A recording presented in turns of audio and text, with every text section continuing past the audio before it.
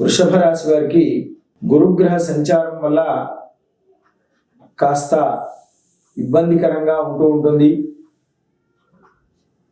గురుగ్రహ సంచారం అంత ఆనుకూల్యంగా లేనందువల్ల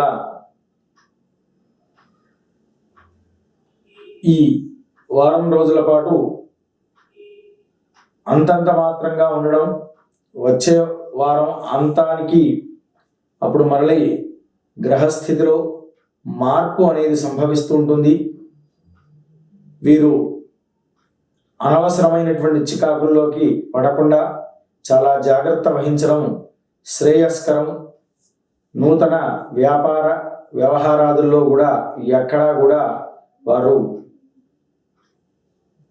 ఈ 15 రోజుల పాటు ప్రారంభించకుండా ఉంటే మరింత శుభదాయకంగా ఉంటూ ఉంటుంది.